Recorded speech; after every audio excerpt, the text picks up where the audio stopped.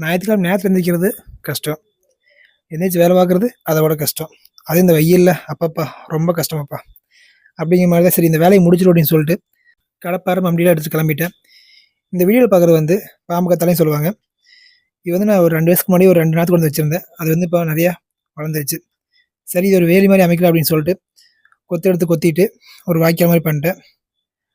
அது பண்ணதுக்கப்புறம் ஒவ்வொரு நாத்துக்கும் இடையில வந்து ஒரு 1/2 அடி கேப் விட்டேன். எதுக்கு அந்த 1/2 அடி கேப் அப்படின்னா, அது இன்னொரு 6, 7 மாசத்துல வளரும்போது வந்து பக்கத்துல நெறைய கிளைகள் வந்துரும். அதனால நம்மளுக்கு ஒரு வேலி மாரி ஆயும்.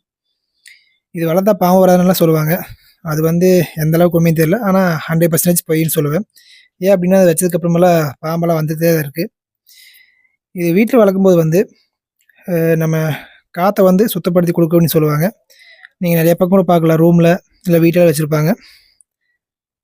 உங்க வீட்ல இடம் இருந்தா வச்சுருங்க. சுத்தமான காத்து கிடைக்கட்டும். Thank you.